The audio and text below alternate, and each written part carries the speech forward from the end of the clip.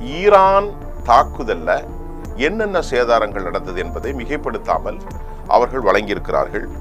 இதை அவங்க செய்தியில யூஎஸ் த கிரிட்டிக்கல் த்ரெட் ப்ராஜெக்ட்லையும் institution of studies of war இதுலையும் அவங்க என்ன சொல்றாங்கன்னா, ஈரானுடைய தாக்குதல்களில் பெரும் சேதாரம் ஏற்பட்டது.